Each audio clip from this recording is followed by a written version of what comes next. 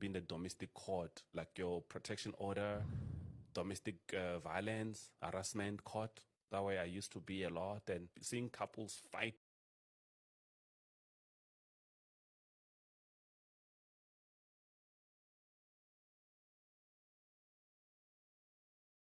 Hi guys, welcome back to Legal Podcast SA, and we are back again with a bang. First of all, I want to say to you guys, welcome back, and thank you so much for supporting my channel. Gosh, I'm going off. I've missed you so much, and I've missed Saint Studios. So if you all know, or you've been on this channel, you should know that I shoot at Saint Studios, because I will not tell you that I'm monetized, ne? But I'm saying come here and test for yourself for your podcast. This is the place to come, in Saint Studios, all right? This episode is sponsored by Advocate Michael Shongi Masie, where he has his chambers in Midrand. Gosh, I'm bimbing. But I've missed this, okay, guys? I've missed you. I'm here. And today I'm sitting with a commercial attorney. I am sitting with people of contract. I'm sitting with the amazing, outstanding, very humble Ipeleng. Welcome to Legal Podcast SA. How are you? I'm very well, thank you. You give me way too much credit. I do. I should. Remember, I told you in the message, I said to you, I am so afraid to approach certain people because I feel like they're so big and they don't have time for me. I'm too small for them. I don't like that, and I told you in the voice note, I don't like that. There are people who act big, but no one is big. Everything we know, anyone knows can be learned. Everything I know you can find in a textbook. So there's nothing. No one is big. No one is too big. Well, it always feels like, oh gosh, this small ant wants to talk to somebody who's doing their LLM. What are they saying? Can you make it quick? No. So when I find people like you, when I inbox you and you're actually interested to say, I'm going to take my time, my money, and come to you and listen to what you say, I feel so humbled. I really, really appreciate you being here. Let's get straight into it. I was stalking you a bit. I know that you you did your LLB at Wits. Can you tell me how that was? Honestly speaking, I had a good time. I had such a good time. It was tough. It was grueling. But I genuinely had a good time. The quality of lecturers that were there, they were nothing short of tough, but with so much affection. They held nothing back with criticism and finding out what you did wrong so that you can do better, so that they produce quality. And it was tough, but I genuinely had such a good time. I don't want to lie. Wow. So this is the very first time we're sitting with a Wits graduate. We've had University of Limpopo, we've had University of Venda, right? Wits people, this is the first time that we are having you, and we appreciate it, and we get to know how tough it is there, but doable.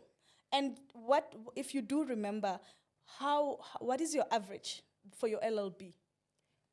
So the different years, it depends. But what I had to do with every year was to maintain an average of 65% and above. That's something I tell every law student. If you want to get your foot in the door comfortably, you need to know that when you're walking into your LLB, your average needs to be 65% and above across all your modules.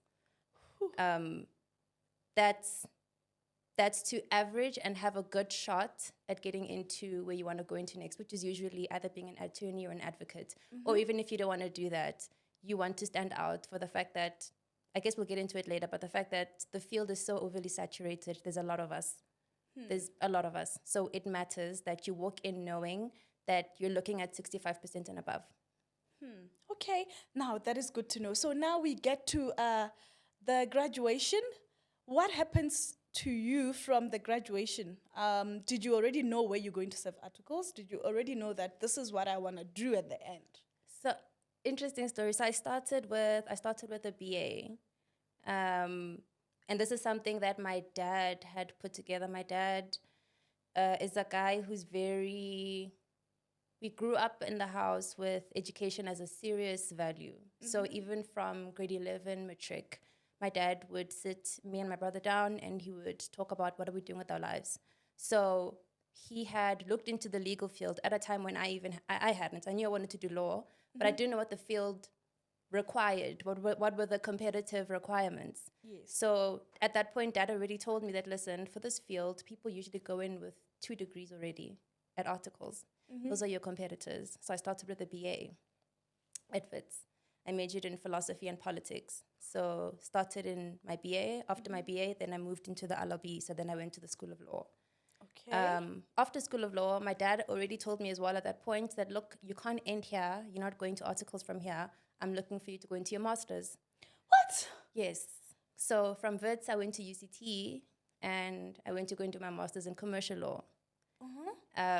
And again, my dad did all of this with the mind of the competitive advantage, because even at that point, the field was becoming saturated. So even in going into commercial law at LLM level, by the time I was doing my LLB, I had to quickly figure out what exactly do I like, what modules do I like, so that I can already get myself and position myself in a particular niche, so that in my master's, I'm obviously, in a particular department. And then by the time I'm applying for articles with all of this, I'm not having to convince the firm that I've got a passion for what I'm talking about. I can back it up with the modules I've done and what I've studied. And that's what we need to be doing at this level. So this is a vision my dad had already.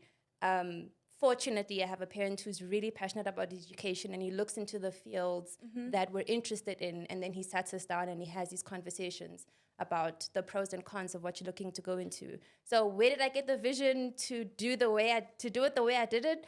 I got it from Dad. But fortunately, I had the passion for what he was talking about. Yes. And so that's kind of the template I followed. So by the time I applied for my articles, it wasn't difficult because I had a competitive advantage. Yes. And also the people that I was serving with were people that actually did have 2 degrees or were just about to graduate in their 2nd degree. So he was right with the competitive advantage. The field has changed because there's so many of us. Wait, like the mere fact that I feel like after graduation, I'm going to Vescopis when I went straight to LLM. You, honestly, at master's level, I thought I was losing my mind. It's a lot. At master's, I felt like I was losing my mind. Seriously, last week I was telling my friend on WhatsApp that, you know what, after this thing, when you've had a long year, like when Yes. you're small, your son, right? Yes. I think after they're like 6-7 months, you're like, I need a holiday, right? I'm like, they just say your name is no longer, it's attached to a degree. After that, straight to Vescopis. Because what? LLB at, what's this? 3rd year. If you, guys, there is, I'm at the University of South Africa, right? There is contract, it was never too much of a problem to me. People are failing property. There's somebody I know who did it 5 times, and now she's like, I'm not even going to the graduation. They can send me the certificate. It's fine. I'm going to a mental hospital. Because she's like, how can I do everything? 39 modules. And then this one, I have to do it 5 times. So I feel like I commend you and I commend your dad for bringing out the best in you, because it's going to take the whole world for me to go straight from LLB to LLM, or this convincing of I need more than one qualification in order to get in. I can't just go with an LLB. It's an interesting point you've given me there. I didn't know that I still need to do Masters of Cooking to go and say, no, I can also cook. Interestingly, so the necessity of doing the master's it's not so you don't have to, but it's a competitive advantage. Yeah. So something I tell people, and I'm always honest about it with things that I've seen in the field and what I see on LinkedIn. You can't go into the field and do well with an LLB, but my position is that it's not enough anymore. It's not easy. You're either going in with an LLB only, but if you're LLB only, then you're a cum laude student or you're a summa cum laude student. Those are the ones who get their foot in the door with an LLB only. But if you're like me and you're an average student doing the 65% and above, and you weren't a crazy cum laude student, then you're looking at 2 degrees to have a competitive advantage. Because getting into the field isn't just about meeting the requirements of what's being said. You need to look around you. What are other people bringing to the table? What do they have? Yeah, and the competition is very tough. Competition's tough. Most of the time I've seen people, what I've seen is they have done politics. Most of LLB students, their second thing is they've done politics. They've done politics. So it's very good to know that if you have the money, go and do something else to add on. And even so, it means that if I want to, I start looking for articles next year, and I've registered a second degree. That's also better. I'll say it in the interview. I'll say it on the CV Yes, to give yes, me. yes. So now you went and you did your master's at the University of Cape Town. Yeah. Let me tell you a story that nobody in this room knows. Tell me. That there's somebody sitting there in the corner, he doesn't know the story. I once went to the University of Western Cape because I wanted to study there. But my metric wasn't metricing. But I went there. I took a bus. I went there for late applications and whatever.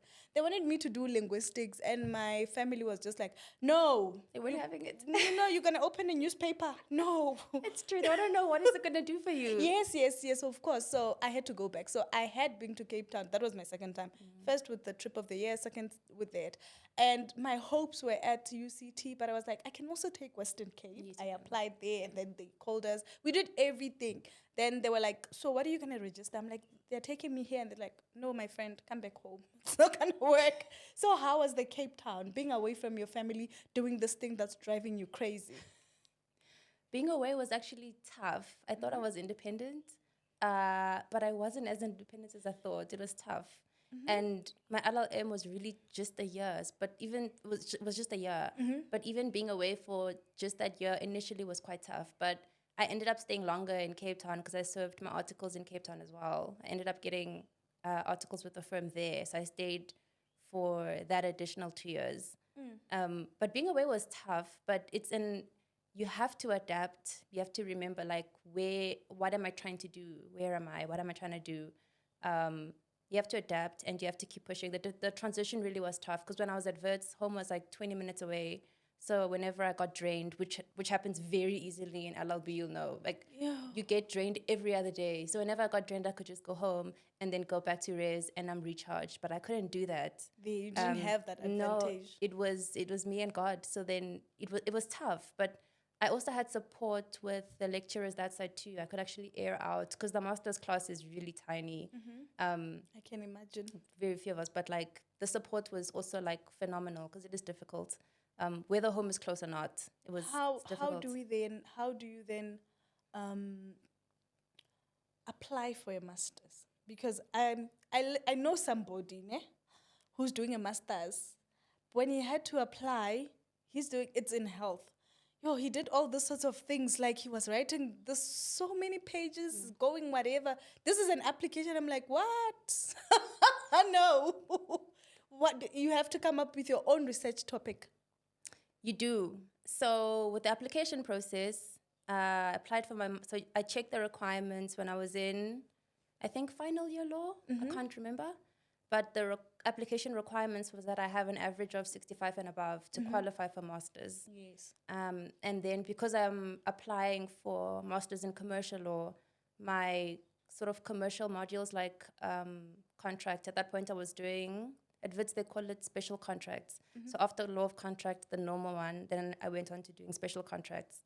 The average there needs to be a little bit higher than the 65 because I'm applying for commercial. Yes. So you look at those requirements. I also, because I applied for masters by coursework and dissertation, you can decide there's two options, masters by dissertation only or coursework and dissertation. But that said, it might be a better balance to have modules. I had 4 modules and then to also have a short dissertation, which is what I had applied for. So it needed me to do, there's a short dissertation module at LLB level that they offered Wits that I did to show them at UCT in my application that I can write a paper. Do you guys breathe at Wits? You said so many things. Sorry. Do you guys breathe at Wits? Because now you have to do law of contract and then you have to do the special. Okay, fine. It's not it's tough, but like you pray, eh? You keep it moving. You pray. So you did your LLM at University of Cape Town for 1 year. It's 1 year full time. 1 year full time. I'm sure you went from size 28 to 14 to 15. Ma'am, I didn't gain weight. I was just stagnant. I wanted to gain weight. I was on the other spectrum. I couldn't gain weight. Okay, so you applied for your articles in a firm in Cape Town. Yes. Like, you know, the famous Big Five. Was it like the Big Five of that side? No, interestingly, it wasn't. Something I also share commonly is that I actually applied for articles way too late. Something I like sharing is where I dropped the ball on the journey, and there's so many places I dropped the ball. So I applied for articles way too late. When I was in my, I think, second year, because I did, when you do a degree first and then you move to LLB, you're doing LLB postgrad. Yes. So it's not 4 years, it's 3 years. I did it for 3 years. Yes. People in first year had already secured articles. And at this point, I didn't even know that like you could secure that early. So I'm like, what do you guys mean you've already secured articles in first year? And they're like, you first, can. second year. The Big Five, you secure a couple years in advance. So because I wasn't even cognizant, I missed out. I applied, but I got rejected because I was too late. They were looking at intake for the next 2 years by the time I was applying. So I already knew, like, okay, I dropped the ball here. I took way too long. I'm not going to get into the Big Five at this point.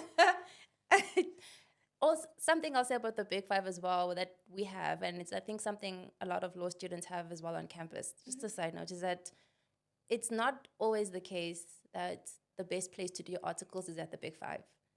We want to be there. The other places, they pay you from R1. That's true. So the money's good at the Big Five, but the money's also good and the experience is also good at a medium-sized firm.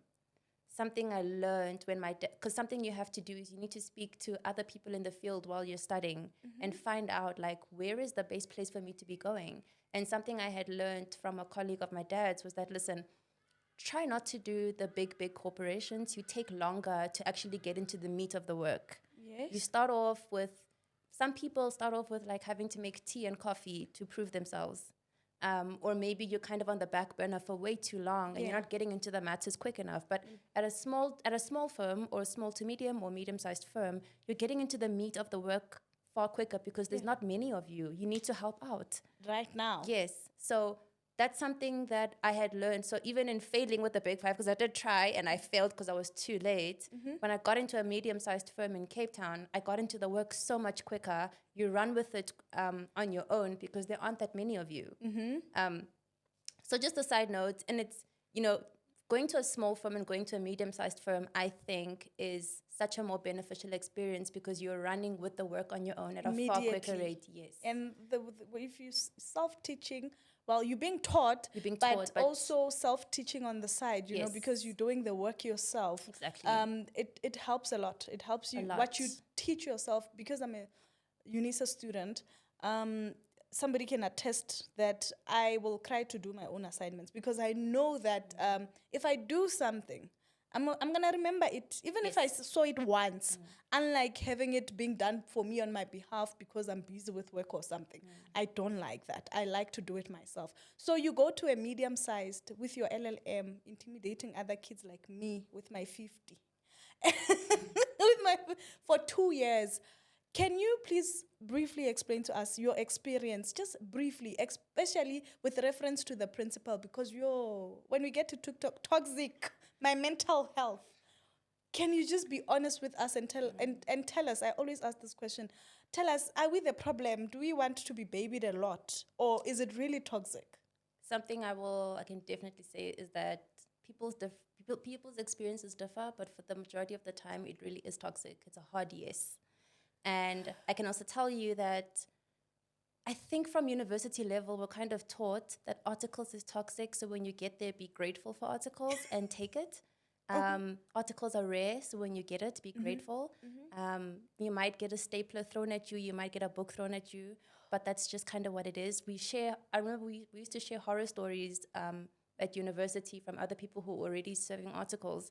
And those are things that you internalize and you kind of already accept even before you get into the situation. Yeah. You kind of go in, with the mind of taking in the abuse just so that you can have the experience because, articles is difficult to come by. So when you get into the environment, you kind of go in ready to take on the abuse. But that's my mind changed on that during the course of my articles because I also did go through a really tough experience. I never had things thrown at me, fortunately. Yes, thank God. Fortunately, I also I was never asked to do personal things for people because I know there are stories where you have to go and fetch your principal's laundry or something like that, weird things. I also never had experience where I had to go and make tea and coffee. That's a common one. But my experience was with verbal abuse. It's maybe the associate I'm working with, or maybe someone in the department where the communication is really, really strained, where maybe you're asking about a specific file or being taught, maybe you in a new rotation and you're learning some stuff, but the way the communication happens is rough. There's no patience. Maybe the patience is thin. So in that moment, it's difficult to take in the information when the volume is high and maybe like people two to three doors down, the aisle can hear what's happening and you're being shouted at. It's difficult to take in the information and it's difficult to ask questions. And that's what articles is. It's getting a file and you maybe don't know how to go about it. You need understanding. It's asking many questions before you get the hang of the department. So when the communication is strained, it's difficult. So at a certain point, you kind of have to draw the line where you're like, listen, now I'm at a point where my learning is compromised because we can't communicate in an effective way. The communication is bad, to put it outright. And it was my dad who was like, listen, you need to do something about this. If you're going to be in corporate, you need to stop crying. Stop crying or get out of corporate. Those are the chats I'm having with my dad. I'm like, oh, Dad, he's talking to me like this, whatever the case is. He's like, you need to stop that. Stop crying. You're gonna be crying. Get out of corporate. What are you gonna do about it? So he would hear a sob story, and it would be, what are you gonna do about it? So it's the what are you gonna do about it that changed my mentality of the toxicity of articles and the potential for it to be toxic. And it doesn't have to be that way. And that's something I always say. Just because you're not just a candidate attorney, it's not a just candidate attorney role. It's difficult from law school to get all the way into being a CA. It's a hard journey, so don't underestimate it. Don't underestimate the fact that you got to be a candidate attorney. And you don't have to be grateful for being a candidate attorney. They're paying you for your labor. Ooh, somebody told me yesterday they're paying them 2,000. But anyway, let's continue. Yeah, it's like with the saturation issue. When at the time I was doing my articles, those are not salaries I was hearing of. I never heard of the 2,000, 3,000 thing. I'm hearing about that fairly recently. Firms, maybe they were paying that, but it wasn't common when I was doing my articles. But like I'm saying, because we're so saturated, there's so many of us now. Now I'm hearing of people getting paid 2,000 to 3,000 rand, which is crazy. And you still have to run to court, serve papers, do agent applications. They want you to do that with your own car as well. You must bring your own car. Yes. Your own everything. Your own laptop. One said working laptop. I'm like, hey, badna. They want you to have your own laptop now. Yes, working laptop. I saw a post that says, have your own vehicle, own working laptop. I'm like, What? wait. What? Because you understand the performance of the laptop in university. It's very slow. You need a high performance laptop at work. It needs to go now. You need to click and go now, or else you're gonna get that verbal abuse. But that's what's going on. So when you finished your articles, how much were they paying you for articles? My articles was 10K. My starting salary was 10K, and then it went up in my second year. I thought maybe they give you the 2 years and they tell you you're going to get 5K this whole 2 years. I didn't know it goes up. No, I didn't know much about much. Also, I was just like going with what's happening. But I got an increase in my second year. Oh, that's good. And it wasn't just me, it was everyone. Everybody. So it looks like, I think it was a standard practice at that firm. Yeah, to say, okay, now you're trained, you know what you're doing, you're independent, so there you go, more work, more money. Okay, that's fair, that's sweet. And then after you finished there, were you absorbed? No, so I wasn't retained. That's the thing that's also common. Retention rate is low, but I know with the bigger firms, the retention rate is much higher. There's a higher potential to be retained. Yes. With the bigger firms. Then from there, what happened? Back to Joburg. So yes, I did go back to Joburg. That was the plan. I wanted to go back home. But because you already kind of get a sense that you probably won't be retained. So while you're serving your articles and while you're also in the process of getting admitted, because you start serving your application for admission during your articles. Maybe when you're kind of nearing the end, you don't want to start the application process like on your last day because the process can be quite long. the process of admission. I mostly tell people as well that you need to apply for admission during your articles, maybe like 2 to 3 months before your last day, because the application process with the legal practice council can take quite a while. It can take a while to get a date on the roll. And you ideally, between the date of admission and the date of starting at the new job, you want those days to be as closely aligned as possible. So around the time of maybe maybe a month before I finished, I started the admission process. So I finished in September, my articles. And the reason it's in September is because I got pregnant during my articles. Well, I got on purpose. People planned for the child, but it threw off, because I started in January. Yes. So it threw off the calculation. So I finished in September, and then I got admitted in October.